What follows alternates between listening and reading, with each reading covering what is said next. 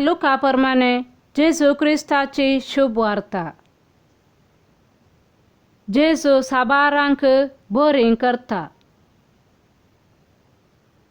सिनागोगांतलो भायर सरन जेजू सिमांवच्या घरा गेलो. थंय सिमांवची सासूमाय कठीण तापान न्हिदली आनी तिचे खातीर तांणी ताचे लागीं उपकार मागलो.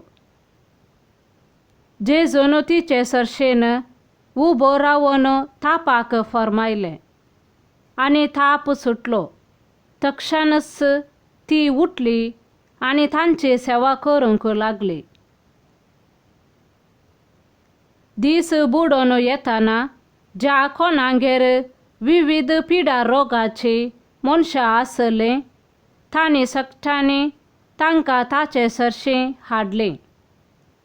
हर एकल्याचेर ताणें हात दवरले आनी तांकां सकटांक घूण केली.